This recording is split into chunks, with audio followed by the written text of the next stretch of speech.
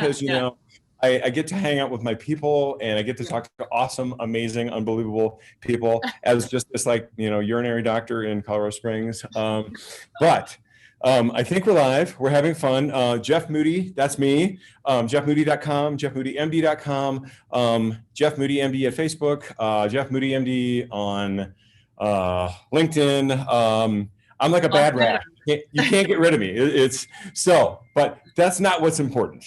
What's important today is I have a guest today, and I'm going to say a series of words, and you can determine what you think, but I'm going to tell you what I think. So, Olympian, gold medal winner, world champion, previous couch potato, author, and fitness guru. I think finally, friend. I think all those things describe this fabulous person who we're going to be so lucky to talk to. I want to introduce to everybody on my live stream, Lindsay Dare Shoop. And we call her Dare because A, that's her real middle name, and B, because she's daring you to get on it and get your fitness under control and get your burnout under control. So LDS, take it away. Wow me with your stuff. Tell me what's happening. I love it, right? Like Austin Powers, Danger is my middle name. Yes, Dare. That's even better. It's better than Danger. So what you have a book coming out. It's like, I love this title because the title of the book is Better Great Than Never, correct? Yeah. Better Great Than Never. It's coming out in November. November 17th. November 17th. Very exciting. That Tuesday, third Tuesday in November. Very exciting. We have a saying in the operating room, better never than late, because if you don't give it to me now, I won't need it 5 minutes from now when things are really bad. So if you don't have it now, don't give it to me later. So tell me about that. Tell me about everything that's going on in the world of LDS. The book, you were asking about the picture earlier. A friend of mine woke up in the middle of the night. She lives down in South America, and she said, I have the title for your book. And she had a couple of different, because titles, as you know, are really hard to figure out. It took me that was actually the last thing. I've 10 more books outlined. The titles have been very easy for those books. And for my book, I end up having to go to the one of our groups that we're both in, this guided author group that we're in with Scribe, which is an amazing company, by the way. If you guys want to write a book, call Tucker, tell him I sent you, tell him Lindsay sent you, and you're going to write a book with them. I always recommend it to people. Do not die with your accumulated wisdom in your brain. Get it out there in the world. So knowledge, right? Yes. So so you have this book coming out. Your friend gave you the title. Yeah. She came up with it in the middle of the night, and it was one of those things because I didn't actually start rowing until I was 20 years old. So the whole better late than never. I played a lot of sports growing up, and then, like you said, couch potato was one of those phrases for me. It's kind of, how does an Olympian, how are they a couch potato once upon a time? But I kid you not, Jeff, I tried to run a 5K when I was in college, and I thought, I've been an athlete my whole life. I'm going to run this 5K. No problem. Exactly. One of my friends was, she invited me to do it. She was excited about it. So I'm like, sure, I'll do this thing. And within the first, 5 minutes, I discovered that I am not a runner by any stretch. And this was then, right? Now I love running so much so that, I ran my first marathon dressed as a purple octopus, 8 tentacles, and all, But back then, I actually got passed by an elderly speed walker. Yeah. Wait. So wait, I'm sorry. I think we both know your story. Maybe you should expand a little bit more on your story, because I think it gives me goosebumps actually when I think about it and hear you tell it. But please, you tell it much better than I will. So yeah, I'll try and give you the condensed version because there's just so many little things. My brain, if you ever read anything by Malcolm Gladwell, the patterns that he sees, that's how I feel sometimes, where I see all of these patterns, I grew up playing every sport, you name it, I did it, and I played them all. I grew up with a bunch of boys. I have an older brother, and I always joke that they taught me to throw hard and run fast because if they ever caught me, they were bigger than me, know. And so that was kind of a segue into a lot of different sports. I was even the only girl on an all boys baseball team at one point in time, and I was tall for my age. I went to kindergarten when I was 4, and when you're young and tall, you get treated differently, right? You get treated. You think you're older than you are. Yeah. Exactly. A lot of the assumptions that people make. And, it's like 6 of one, half a dozen of the other. That probably helped me mature, but it also assumed I was more mature than I was, when really I was just a big kid. And put a little maybe a little extra pressure. Maybe that was good and or bad at times. Yeah, I mean, you subconsciously internalize some of those things, where if someone asks you a question, you're like, of course I know what you're talking about, when maybe you don't. But I'm 6, Yeah, exactly. Gosh, I wore a size 5.5 shoe in 2nd grade. I grew 4 shoe sizes in 1 year. My mom knew we were in for it when that happened. So, I mean, right now I wear a size women's 12. I wear women's 12.5 on my right foot, and a 12 on my left foot. So my right foot's a little bit bigger.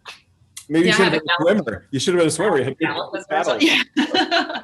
Well, but the thing is I'm super lanky, right? I have long arms and long legs and a short torso. And so I did swim growing up, but I swam breaststroke I swam them all, but breaststroke was my better one because I had these long legs. Well, gosh, I started playing basketball in 3rd grade and played basketball most of my life. I played field hockey, soccer, baseball, basketball, volleyball became the sport that I absolutely loved. And that I didn't pick up until I was in 9th grade. And the coach that we had was just fantastic. If you were to ask her if she was a good coach, she would say, no, I taught you to throw the ball in the air and hit it. I actually spoke to her about this recently, but I thought she was amazing because she taught us how to do the basic things really, really, really fundamentals. Well. Hello. Yeah. Fundamentals. We overcomplicate it. I don't want to digress yet and to jump it too far forward, but I mean, rowing, same thing. We overcomplicate this thing. Yeah. Well, when I was 17 years old, I left high school thinking that I wasn't good enough to play sports. After high school, I was like, yeah, exactly. A big fish, little pond is how I felt. And at the time I was just insecure. I didn't have the confidence. Do you feel like, did you feel like ever, I know the youth sports, and we're going to talk about this, but I think there's a lot of just my personal opinion, and you're a sports expert, but it's like there's too much focus on one sport for one kid starting at age 6. And then the statistic I've seen, 70% of kids who play one sport quit by the time they're 13.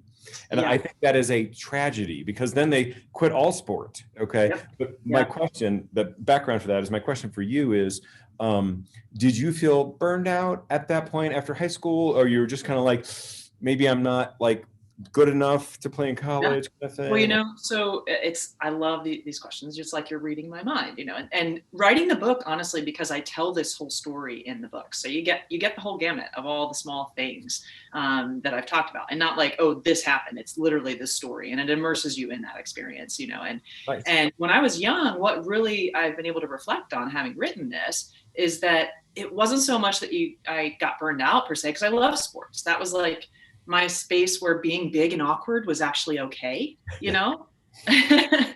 And what happened though was that I reached a point with basketball in particular where the challenges just became a little bit too challenging too quickly for me and what I was ready for. And so it made me feel like I wasn't that great because there were more failures than there were successes.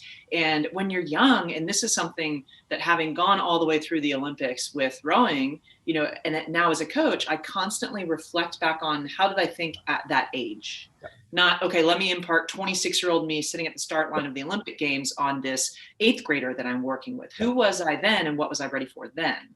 And as a coach, that has to be like an 8 for the kid, for the 8th grader. They're like, oh, she understands me. She knows what I'm feeling.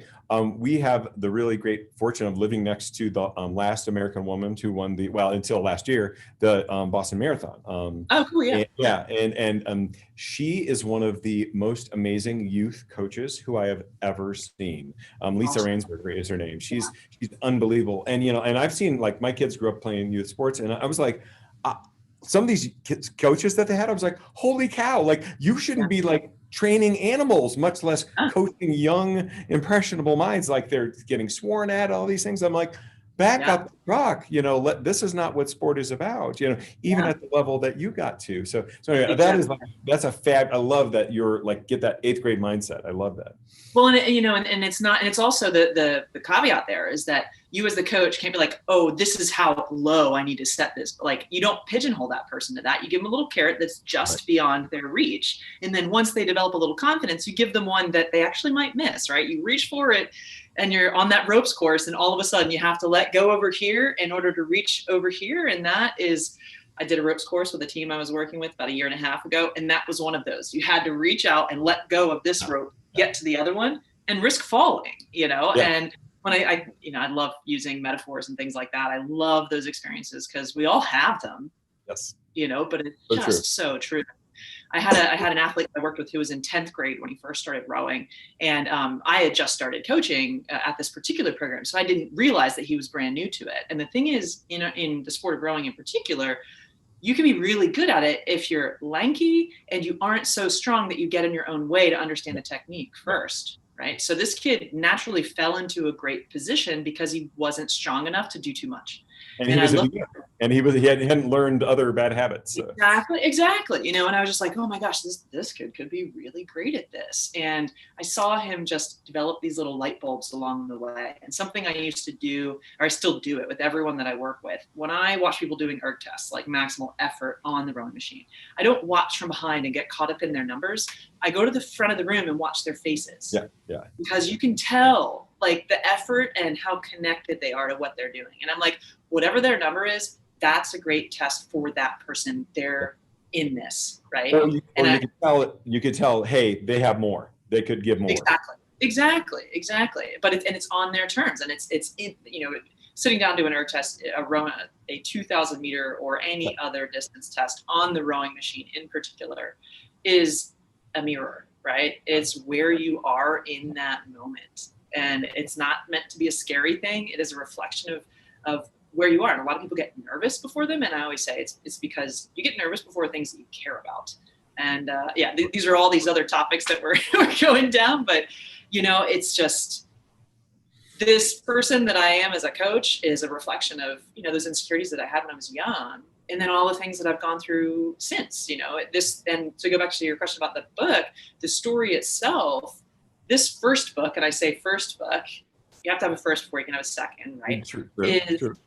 Childhood and what was that transformation to where I did gain 30 or 40 pounds and my grades did tank. And I did have this, what do I do now? I feel lost because I don't have sports. And apparently art and Spanish those were some of my favorite subjects when I was young, and apparently those are not subjects that at the time made sense for me to build a career out of, Right. And so I was like, well, the things I've loved my whole life are apparently not good enough. Is that what happens right now? So then you go on. You're like, is this what the rest of my life is going to be like? So yeah, so you go searching, Okay, but I was going to say real quick, the first book ends at the Olympics, but there is a whole second book that is a very different experience that also kind of tells you how I got to where I am now. Because a lot of people are like, oh, you're so balanced. I'm like, oh. Hey. Yeah, well, and this is what I love too. It's like, we get to see you kind of as the fully formed version of you, having gone through all the things you've been through, and kind of like me, like I got super burned out 5 years ago, like to the point where I thought about killing myself for a brief second. And now I'm better. And but people are like, oh, well, it's so easy for you. I'm like, oh no, the process is messy and yucky. And my thing with my book was, it's called The Doctor's Burned Out, a physician's guide to recovery. So people can get it at Amazon, but, and you can go on our website. My thing always for people is get the help you need. And I'm sure that's kind of where you're at too. It's like, no matter who that's with, if that's with us, great. If that's with Lindsay, great. I mean, but get the help you need. But the thing that I was always think about is like, what was the spark, or what was the two main questions I have? What was the spark that got you going in the Olympic direction? And you must have had times where you're like, I do not want to pull one more oar. I do not want to get in the water one more time. How do you get through that? How do you get through, really, essentially, I would say call it professional burnout. Yeah, so what was your spark, and how did you get through it? The spark was literally, I got to a point where I was like, I don't know where this could take me. The book built, there's a whole very serendipitous series of events that occurred that brought rowing into my life, which I'll have to read that because it's far too long to crunch into right here. But it was that I got to the point where I was like, I don't know where this could take me, but I know that is where I don't want to, that path is not the one I want to continue on. Right. There was this point where it was like, okay, how can I change? Like what? And it just kind of rowing like I said, very serendipitously just kind of bumped into my life one day, where I literally bumped into the rowing coach on my college campus. And the first words out of his mouth were like, "Hey, you should be a rower." It's like looking at you. You're awkward. You're tall and awkward. You should try this sport. And there's more to it than that. But that's really what it was that I didn't know where I could go, but I knew I didn't want to stay where I was. Like maybe a lot of the doors are closed, but a window opened. Yeah, I mean, I woke up the night before I bumped into him. I woke up in the middle of the night. I had all these thoughts in my head. I couldn't sleep, and I literally wrote in my journal, "I wish I were not a lazy bum. The world will never know, and that includes me." Right? Next day, I started running. Very fortuitous. Prophetic. Yeah. And it really was about one day at a time, where all of a sudden I was surrounded by people that were, doing something that was productive, and exercising was a huge piece of it. Your brain and your nervous system, all those things grow and they become stronger. And I know that, it's chicken and egg with the physical and the mental. They interplay, and it really is that first step that is so huge, because I always tell people I never once regret that run I went on. Even if it's like, I don't feel like exercising today, I put on my shoes and I start walking. And then eventually it turns into just getting outside helps, right? Just getting up and moving helps. And people always ask me like, well, what do you think about this? And what do you think about this? And I'm like, the consistency is the most important thing. Do anything, but do something, Exactly. And, especially, I always say I wasn't into meditation, but because I used to hate running, hated it. Now that is my form of meditation, because when you get wrapped up in those thoughts of like, oh, poor me, especially if you get sucked down the social media rabbit holes, or, and we all, it happens to a lot of people where you just can't get wrapped up in it, because think about once upon a time when we didn't have those things. You weren't exposed to all these things that you weren't doing, and your life was what it was, and you're just taking one step forward at a time. It's not so many external triggers or comparisons, motivations, to make you question the things that you're doing, right? You just I'm focused on this. I'm not distracted. It's all about the distractions, and my book is really about possibility and taking things at a time, to be that patient. It's not instant gratification, because what is life but the biggest event that you will continuously prepare for? It's like a perpetual event, True. Yeah. Okay, but so go ahead. I was gonna say, when you were asking about like what was the thing, building up to the Olympic Games, I fell in love with rowing, and I was telling a group of kids that I was speaking with the other night that the Olympics was not the end goal, it was the outlet. Rowing was the outlet for transformation, and winning it was the byproduct of it becoming the best you could possibly be. And it was something I did because of this other thing that I was doing, which was, how much better can I get today? And the first 7.5 years that I rowed, I didn't have injury issues. Obviously you have good days and bad days, but I really didn't have major problems that held me back. So in my mind, it made me better every day. Right. And so ultimately my teammates and I became the first women to win Olympic gold in women's rowing at the full 2,000 meter race distance. They put us in the Hall of Fame for it, the whole 9 yards, and it was this amazing thing of like, holy cow, we did that. This is what happens if you get a little better every day. Yeah. Now the second book tells the story of kind of what happens after that, when you do, I didn't take away a lot of health knowledge. I took away training knowledge. I took away Olympic athlete knowledge. Yeah. Exactly. But in terms of general health knowledge, you kind of forget like, oh, all of those steps that it took me to get there, I forgot about. I put on 20 pounds by Thanksgiving after the Olympics, and went back and got into overtraining. Yeah. So the first book ends, the second book begins, and that hasn't been written yet, but it really was, in my mind, all of these things started happening that were different than the previous time, where I literally thought in my head, something is wrong and I don't know what it is. So the burnout, that happened after the Olympics. And I wonder, I feel like so many like real peak achievers like you, like my friend Matt Scott, who's a gold medal winner in the wheelchair basketball. And I worry that there's such a focus for especially super high level athletes and culture. And it's like, you got the gold. They're like, okay, what do you do for an encore? You know, what do you do for the next 50 years of your life? And I think true or false, I feel like the USOC seems like they're much more in tune with that, helping athletes transition into like kind of the post athletic, world and post athletic careers. Working on it.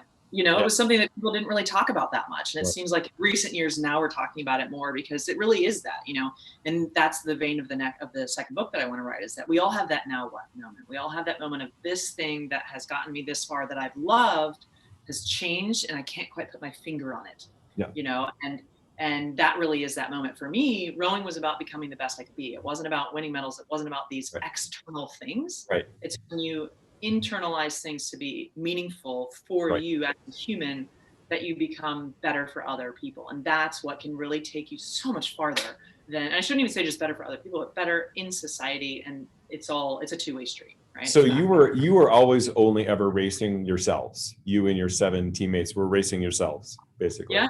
I mean, it's technically 8 with the coxswain, right? But and it's much bigger than that. And rowing is interesting too, because that's, the women's 8 is one of 14 events at the Olympics. And so there are other smaller boats. We always trained in small boats. So you got a lot of feedback. And by small boats, I mean 1, maybe 2 people in the boat at a time.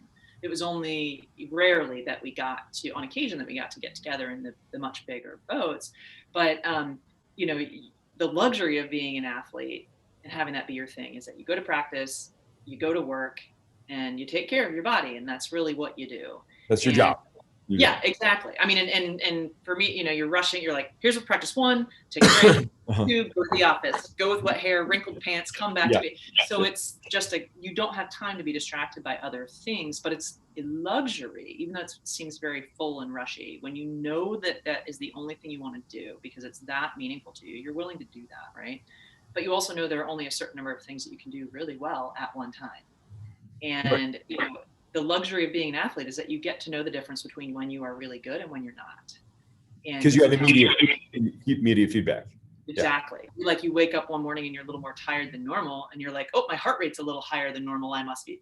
Like, we know all of the mechanisms that give us the signs, because the body is so intuitive, right? And I always tell people that winning the Olympics is a blessing and a curse, because for the rest of your life, you will say, I won the Olympics. I can do that, right? Yeah. So even though maybe that's not like a thing that you're ready for or trained for.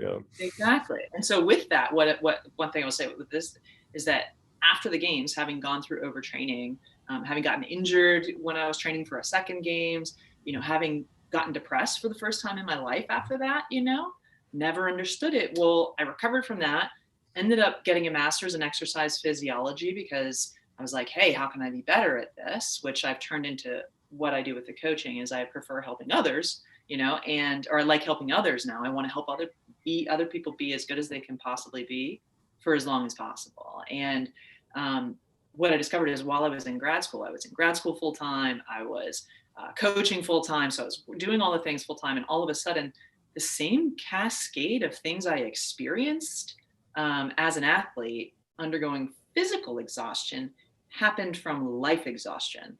So the body manifests mental and physical stress. That stress is stress. It just knows, here's my capacity, and it's being exceeded, whether it's a physical drain or a mental drain or both.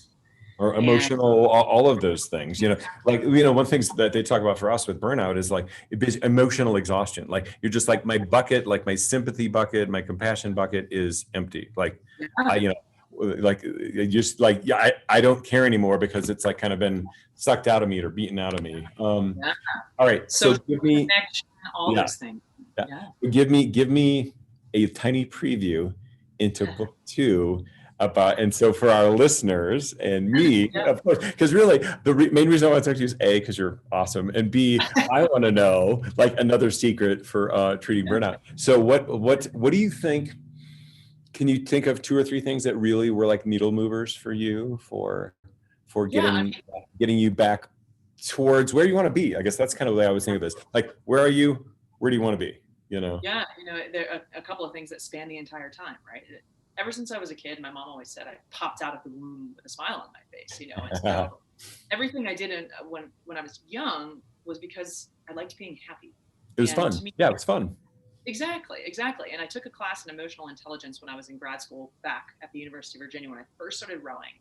And one of the first things the professor talked about was emotional intelligence, Daniel Goleman's work, all these things that are the things that we do every day are a direct reflection of how we want to feel at the end of that day. And I was like, oh man, that resonated with me because that's how I felt, and so that's how I got to the Olympics, because I wanted to be the best that I could possibly be. And that was directly related to how I wanted to feel at the end of the day. How it made you feel. You're like, this feels good. I feel fulfilled. I feel happy. Empowered because I'm making myself better. I'm getting better through these actions and steps that I'm taking and decisions I'm making, and then it was by the same token where here I was, doing this job in school. Then I, did a couple of other things. And then I have since started writing, and I've stepped out and now I do private coaching and seminars and clinics and things, because I was like, oh, I have a basement and a ceiling. And that was the biggest thing, right? So I know that this is how busy I want to be at minimum. And this is my max, because I need to be able to take care of myself, because all the things that fit in here that I want to do are going to not be as good if I'm not able to take care of myself too, and that has, just sleeping more, like we talk about, we fill our bucket, there are only 24 hours in the day. So find the thing that is more important to you than anything else, like, is my life, period, the life itself, important to me? If it is, then you'll go, okay, these are the number of things I can do at a time to allow my life to be the way that I want it to be. And we feel I would say allow some life in your life. Yes. It's just so true, and what's interesting is I actually was physically smaller than most of my teammates. And something that I can't help, because writing the first book, I went back and looked at all. People always say, oh, what supplements did you take? What special thing did you do? Really? I didn't take a single supplement. I didn't drink coffee until I was well done with my elite rowing career, right? I slept a lot. So the way that I phrased it with the young athletes that I was speaking with the other night is, you have to save as many of your stress points as possible. So if the 20 minutes of sleep saves you stress points, then you have more energy and capacity to manage unexpected and expected stresses, right? That's really what it came down to. Like, how physically fit can I be? Because that's going to allow me to be mentally fit, so that I can manage the things that I either choose to take on or that sneak up on me. Right? And I think sleep also, most of the sleep research, you know all this data, but like that's your recovery time. Like, you're not recovering when you're training, you're recovering when you're sleeping. So it's like, that's your recovery time. So you can't be training 20 hours a day, sleeping 4. Ideally, like probably 50-50 or 4 hours a day than that. Maybe like, a lot. hours of training and 12 hours of sleeping and 6 hours of other stuff. But it's fascinating to me that, and that's like my burnout. That's what I started with too. I'm like, I was a horrible insomniac. I'm like, I've got to get this under control, because every day was just like this angry, like exhausted fog. Like I was barely, could barely keep one foot in front of the other. And so like first you did sleep, then I'm like, okay, now I feel better. Now I can, now I have enough energy to exercise. And I started giving myself permission and time to exercise every day. And then my nutrition got better. And then, and so then like once my physical body got better, I'm like, it's amazing how much better the thought process is. Your body throws red flags. Your body, my first exercise physiology professor said, this is an elegant machine, and we all have one. And it's so intuitive. And that's how I coach now, is it's intuitive. People want the science, they want the thing. And I'm like, my teammates and I won an Olympic Games with very little science, right? We didn't know a lot about a lot. We paid attention to ourselves. I tracked things in journals. I have a stack of journals like this that I still refer to, because I'm like, what was the secret? There was no giant secret. Yeah. Even to this day, having read pieces of research, studied all of these things. When people ask me about nutrition, I say, how are you sleeping? What's your hydration like? I start there, because they're easier to track and they're going to have such an immediate impact. Then we can get into the nitty gritty of nutrition, right? The quality, the quantity, and the timing. Those are the 3 P's to nutrition: quality, quantity, and timing. That's awesome. All right. So a couple like speed round questions for you. Which was tougher? Couch to podium, podium to author? Which was tougher? They're both processes, and I got to say, so I first started writing this book, actually pen to paper, probably in like 6th grade, but, actually wanting to write this story in 2012, and I wrote it wrong twice, like hundreds of pages wrong twice. And then I just, did all kinds of research, stumbled upon Scribe. So they've, helped me a lot with that. And all of a sudden, I can't discount the fact that it was like 7 years of time, because technically from the time that I picked up an award to the time that my teammates and I won the Olympics, it was only about 4 years. So technically from the time that I picked up a pen to the time that this book is being published, it's like 7 years. Well, 7 if you include all of them. So this most recent draft, like a year? Like not even. 1 year. Yeah. The most recent draft, 1 year. Yep. So. Cool. They're both challenging, and I constantly reflect on it. I constantly use lessons I learned to train for the Olympics to write this book. And I tell people when they go, "Oh, I could never write a book," and I say, if you really wanted to write a book, you could, because you would focus on it. Yes. What's more important, mental toughness or physical toughness? You'd get more mentally tough through challenges, right? So, and a lot of challenges that are very tangible and easy to find are physical. But they're both, so if you do something that's physical, you're constantly talking in your head, you're going to become mentally tough as a byproduct. Kind of building, stacking. Yep. Exactly. Cool. What do you think what's one thing that you would tell people about burnout or burnout overtraining, or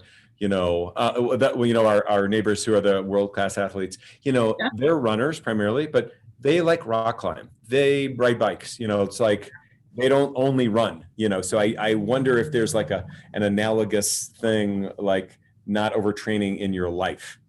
Yeah. Like work is some people's, training, they just work. Exactly. Whatever the stressor is, whatever the thing is that you're going after, right? When you know, and I always say this, you're going to be willing to put more into something when you know that it's intrinsically tied to you, right? If it's truly meaningful and important to you, you will prioritize it. It'll help you set your priorities. Does this really matter for the thing that matters most to me? And everything trickles down from there, So, and that therein lies the whole do what you love concept is that right there. It really, to go back to what you're saying about specialization with kids and youth sport, one of the biggest things about that is try an array of things, because it's going to challenge you in different ways, not just from a physical standpoint. If you get out of, and that's part of the reason why they rock climb, is so that their body doesn't get stuck in these patterns. It strengthens you in lots of different ways, so that you can actually last longer in their, main sport. So, yeah. What's next for LDS? Book well, launch? Right now, book number 2. Book number 1. 2. Yeah, book number 1, write book number 2, and then keep building the business, get to work with more people. There are a lot of fun little things just cropping up. The Olympics got pushed off another year, so hopefully that happens. I would love to do more commentary and get into that sort of thing. But after the first book gets published, I'll at some point when I can afford to do such and take the time to do it, I'm going to audiobook for that, because I know that is helping a lot of people. I can help you with that if you want. Oh yeah. I'll be interested to get feedback on that. We'll do that okay. And I do ocean rescue and I surf and all the things. So yeah. That is so awesome. I'm so pleased for you. Wait, how do people find you? How do Lindsay? Find my name. Yeah, Lindsay Dare Shoop.com. I also have LindsaysJourney.com. They go to the same place. And for the book, Better Great Than Never Book.com. You can also find it through LindsaysDareShoop.com, but definitely easier to go there. If you want updates and stuff, because there isn't a pre-order necessarily, you can put your name on the subscription and I'll keep you up. There's also sneak peeks. I already put my name on the list, just saying. Yes. So. There are excerpts in there too. Yes. Nice. Nice. In there, right? And so there's a lot coming forward, and definitely need to do a lot more writing and keeping people engaged, because ultimately rowing is an incredible sport. It is life-changing because it teaches you the process and it teaches you skills that you'll use for the rest of your life. So if I can inspire young minds to see possibility and go for it one step at a time, that is what I would love to do for the rest of my life. I wish you had some higher goals and ideals. I feel like you're really just scraping the bottom of the barrel. You're trying to help the youth of the world. Come on. Right? That's right. All about. That's right. There is all good. You are all good in the world, Lindsay. So are you. Thank you. Thank you so much. I really, really appreciate it. I want to be respectful of your time. I love this. This is awesome. I really appreciate it. Enjoy the rest of your day, and we should definitely chat more about things and work together. Love to do it. And remember, burnout recovery is for you. That's my tagline. You can get recovered from burnout. JeffMoody.com. Find my book, The Doctor's Burned Out: A Physician's Guide to Recovery. Join our email list. Again, get the help you need anywhere. If that's with us, great. If that's with Lindsay, great. Just get the help you need. We're all about getting you better from burnout and from any sort of fitness things that Lindsay can help you with. So take care. We'll live stream again soon. Thanks so much. All right. See you, Jeff.